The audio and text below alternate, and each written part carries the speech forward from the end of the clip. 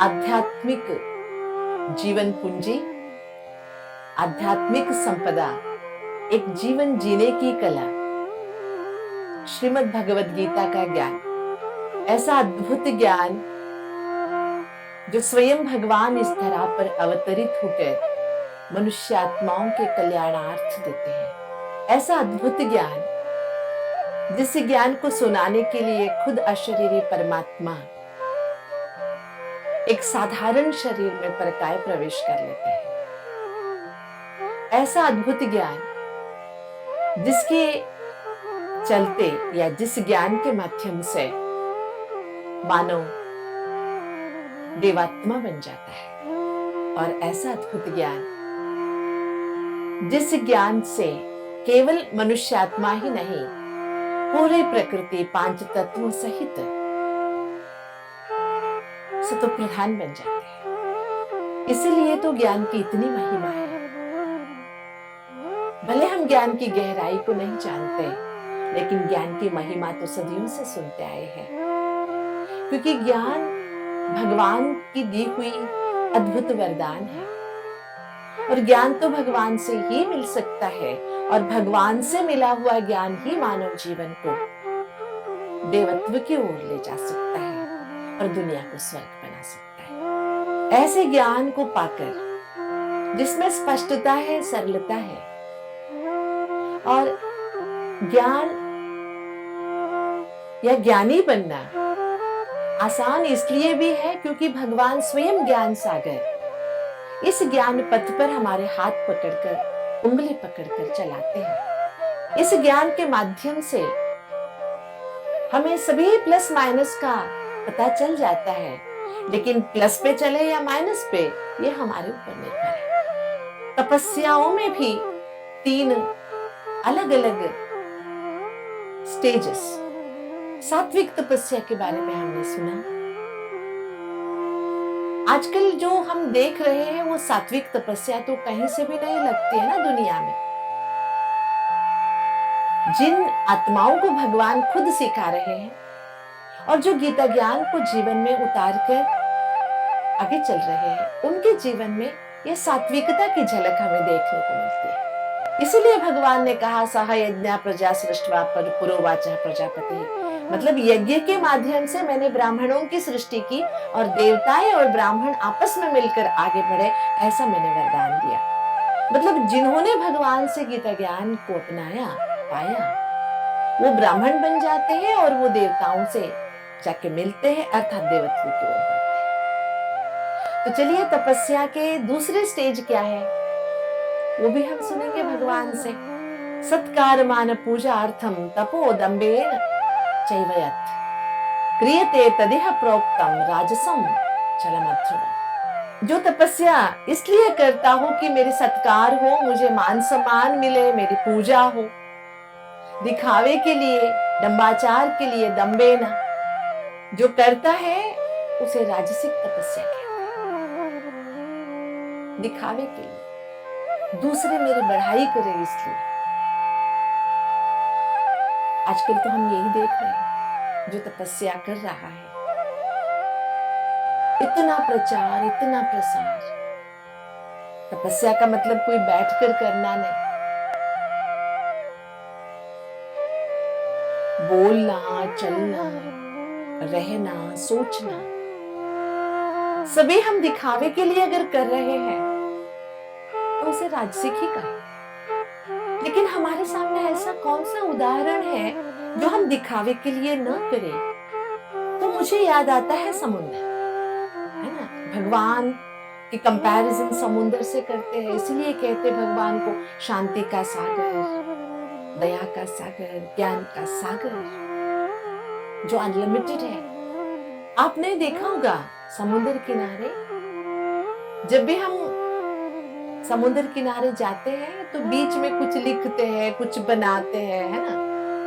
कोई अपना नाम लिखता है, कोई कुछ लिखता है। एक बच्चा खेल रहा था समुद्र किनारे, उसके हाथ में एक बॉल था, जोर से लहरें आई और बॉल लेके चली गई। तो बच्चा सोचने लगा समुद्र धोखेबाज है, चोरी करता है, मेरी चीजें लूट लेता है। तो उसने लिखा समुंदर धोखेबाज। एक व्यक्ति वहां पर किनारे बैठा हुआ था, उसके पैरों तले उसको एक सोने की अंगूठी मिल गई समुंदर में से जो आया हुआ था। उसने कहा, अरे मेरे बेटी की एंगेजमेंट होने वाला है, मैं सोच रहा था, तो तूने तो मेरे ऊपर कृपा बरसा दी। उसने लिखा समुंदर दयावान है। ऐसे जिसको जो मर्जी आया वो लिखते गया लिखते गया, लेकिन जोर से एक समुंदर की बड़ी लहर आई और पूरा लिखत मिट गया। समुंदर को कोई फर्क नहीं पड़ा किनारे पर किसने क्या लिखा, किसने अच्छा लिखा, किसने बुरा लिखा, क्योंकि समुंदर की लहरें उठती किसी दूसरे के लिए नहीं है, दिखावे के लिए नहीं है, क्योंकि समुंदर की विशालता, समुंदर की गहराई अपने आप में बेमिसाल है। अगर हम भी जीवन में कुछ कर गुजरना चाहते हैं, जीवन को तपस्या अनुभव करना चाहते हैं, कुछ साधना अपनाना चाहते हैं, तो हमें समुंदर को हमारे सामने एक उदाहरण के तौर पे रखें कि सुनी सुनाई बातों पर, किसी की कहने पर, प्रशंसा पर हम अपने चाल चलन न बदल लें, गर्व अहंकार में न आए, हमारे अंदर सात्विकता बनी रहे। आगे चलकर भगवान हमें तपस्या को अच्छी तरह से स्पष्ट करते हुए, मूढ़ग्राहेण आत्मनो यत् पीडया क्रियते तपः परस्योत्साधनार्थं वा तत् तामसः उदाहृतम्। मतलब दूसरों को पीड़ा देने के लिए अगर कोई कुछ करता है, किसी को उकसाने के लिए कुछ करता है, किसी को कष्ट देने के लिए कुछ करता है, वो तपस्या तामसिक तपस्या है।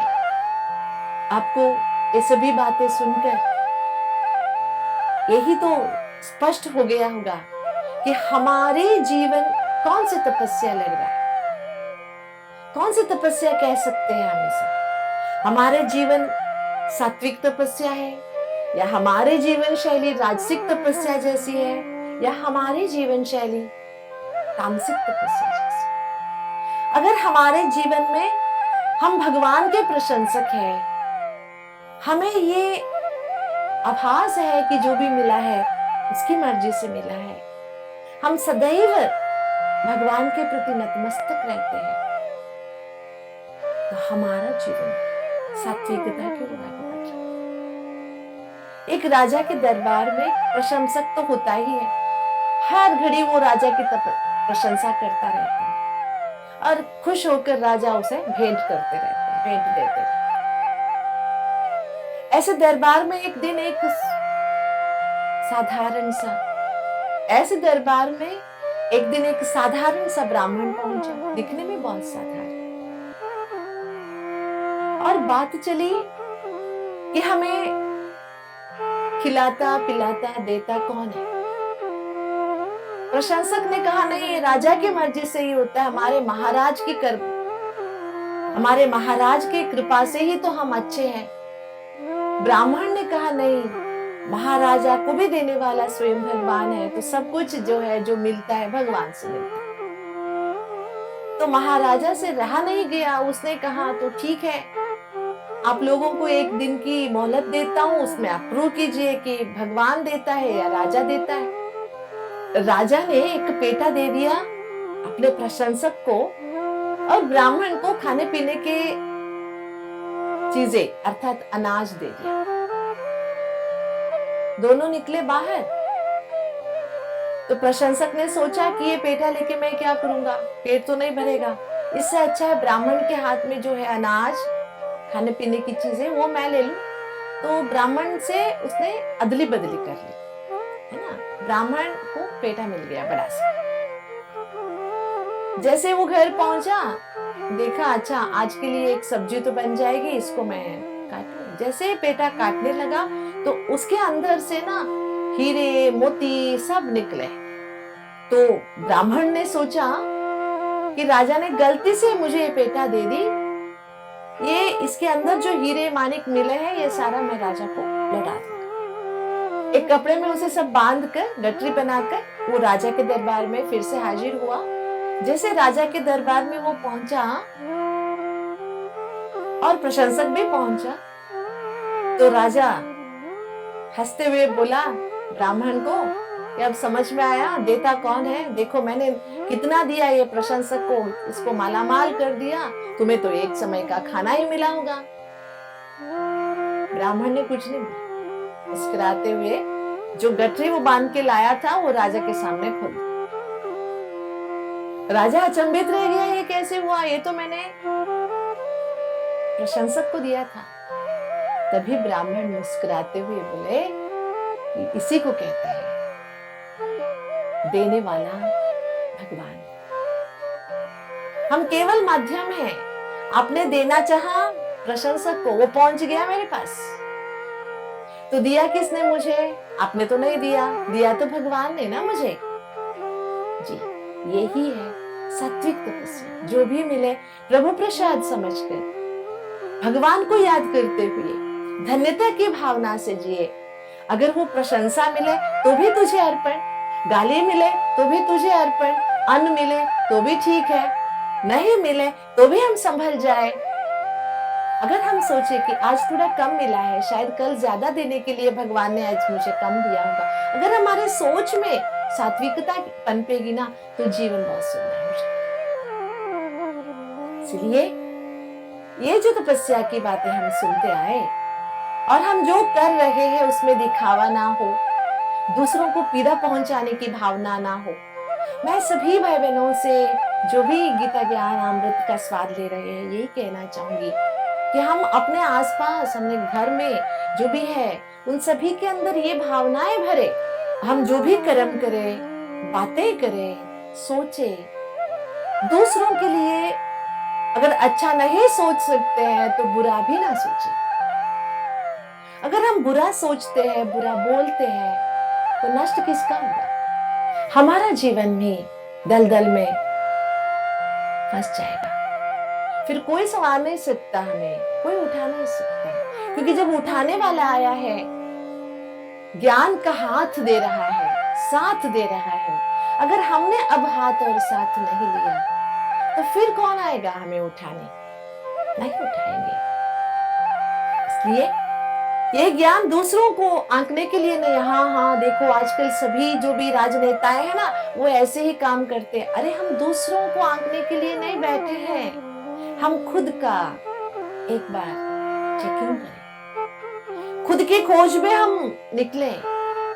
मैं क्या कर रहा हूँ और क्या कर सकता हूँ और क्या नहीं कर रहा हूँ, और जो नहीं करना चाहिए वो नहीं कर रहा हूँ ना या कर रहा हूँ। ऐसे अपने आप को रियलाइज करें। इसलिए तो इतनी गहरी बातें, इतनी ऊंची बातें भगवान हम सबके सामने रख रहे हैं। हम सोचेंगे ये सभी बातें तो शास्त्र वालों के लिए है, बड़े बड़े तपस्वियों के लिए, हमारे लिए नहीं। लेकिन भगवान ने ये कहीं नहीं कहा है। भगवान ने कहा है कि जीवन ही एक तपस्या है। तो हम इस जीवन रूपी तपस्या को उच्चतम बनाने के लिए बस छोटी छोटी अटेंशन रखें अपने, तभी जीवन में जैसे हमें देखना चाहते हैं भगवान वैसे हम दिख सकते हैं, बन सकते हैं। और हमें देखकर 1000 कदम और कॉपी करेंगे और 1000 कदमों को बदलने का, उनमें बदलाव लाने का जो श्रेय है वो हमें मिलेगा।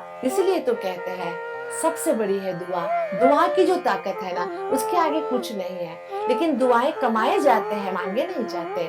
और दुआएं कमाने के लिए हमारे अंदर योग्यता को लाना पड़ता है। वो योग्यता है हम अपने सोच को बदलें, हम अपने को आपको तपस्वी समझें। तभी हमारे अंदर की जो श्रद्धा है, इसी श्रद्धा के साथ हम भगवान के सामने उपस्थित हो सकते हैं।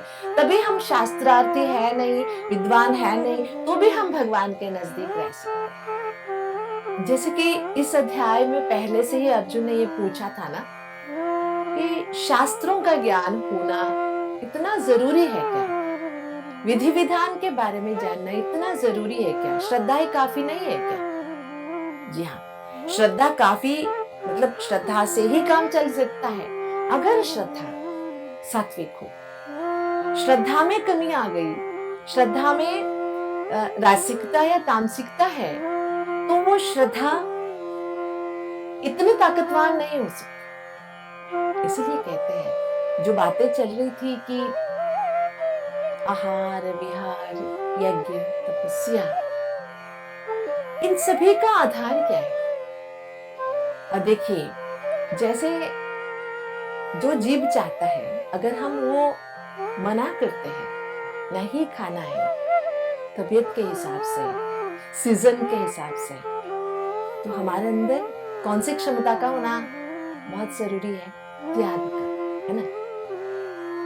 सामने बहुत अच्छी चीजें दिखाई दे रही है। मान लीजिए गरम गरम जलेबियां तल रही है, लेकिन बहुत गर्मी है, तली हुई चीजों को खाएंगे तो और परेशानी बढ़ेगी। साथ में शुगर है, चीनी है, नहीं खाना चाहिए। जब सामने ही ऐसी चीजें दिख रही है लेकिन मुझे नहीं खाना है, तभी हमारे अंदर होना चाहिए मनोनिग्रह, जिसके लिए भगवान ने कहा आत्म में निग्रह। मनोनिग्रह का होना किस पर आधारित है? कि अगर मन में एक त्याग का या त्याग की भावना हो, तभी ही मनोनिग्रह हो सकता है। आजकल हम क्या देख रहे हैं? बहुत सारे जो डायबिटीज पेशेंट्स है या कुछ है, चुप चुप के खा लेते हैं, घर वालों से नजर चुरा के खा लेते हैं, लेकिन नुकसान किसका होता है? जैसे स्थूल चीजों के लिए हम चुप चुप के खा लेते हैं, इसी तरह से अनचाहे बातें, गंदी बातें, डबल मीनिंग बातें, बुरी बातें जो नहीं सुनना चाहिए। आजकल तो हमारे छोटे से डिजिटल में, अर्थात जो भी मोबाइल है, उसमें ऐसी बहुत सारी चीजें आपको मिलेगी, लेकिन मुझे लेना है कि नहीं लेना है, ये मेरे ऊपर निर्भर है। इसमें भी त्याग का अर्थ संन्यास से ही मतलब नहीं है। जो नहीं चाहिए उसे नहीं कहना भी त्याग है। हम समझते हैं त्याग का मतलब है कि ठीक है ना, नहीं मिल रहा है तो मैंने त्याग कर दिया। नहीं, इसलिए पहले भी हमने सुना था, दरिद्र को त्यागी नहीं कहेंगे। इसलिए भगवान जो बातें हमें समझा रहे हैं, समझ लीजिए कि मुझे राजसिक तपस्या करनी है, तामसिक तपस्या करनी है या सात्विक। हमारे सामने दो चीजें, एक है शरीर तंदुरुस्ती, मानसिक तंदुरुस्ती, और तंदुरुस्ती के लिए खाना क्या चाहिए, सोचना क्या चाहिए, या शौक के लिए क्या खाना चाहिए, क्या सोचना चाहिए, जरूरी क्या है। और जब हमने सोच लिया कि ये चाहिए, तो उसी रास्ते पे अटल रहना, जिसे को अर्जवम कहते हैं। इन सब चीजों को समझने के लिए थोड़ा सा अंतर की यात्रा करना जरूरी, जो हम कम करते हैं। हम बाहर से देखते हैं, अंदर से नहीं। इसलिए लोग सोचते हैं कि तपस्या करने समय आंखें बंद करें ताकि हम अंदर देख सकें। बाहर की आंखें बंद करने से स्थूल चीजें दिखना बंद हो जाती है, लेकिन मन की आंखें खुली रहती है और जो नहीं देखना चाहिए वो दिखाई देती है, तो क्या फायदा। इसलिए मन की आंखों को भी जिसे देखने का उद्देश्य है उसे दिखाई दे या उसे ही देखे, ऐसा अभ्यास डालना चाहिए। उसके लिए हम अपने आप से एक छोटी सी शपथ कर ले कि मैं भगवान को सुनूंगी, भगवान को देखूंगी, भगवान के पथ पर चलूंगी। ठीक है, 24 घंटे ना सही, 24 मिनट ही सही, थोड़ी सी सात्विकता की ओर कदम बढ़ाएंगे तो जीवन एक तपस्या है, यह सच में देखने को मिलेगा। ओम शांति। श्रीमद् भगवद गीता का ज्ञान मानव को जीने की कला दर्शाने वाली एक आध्यात्मिक संपदा है। इस अद्भुत ज्ञान के माध्यम से मनुष्य आत्माएं प्रकृति सहित सतो प्रधान बन जाते हैं। भगवान कहते हैं कि गीता ज्ञान यज्ञ के माध्यम से मैं ब्राह्मणों की सृष्टि रचता हूँ और यही ब्राह्मण देवत्व को प्राप्त करते हैं। तपस्या की 3 अवस्थाओं को आज हमने समझा।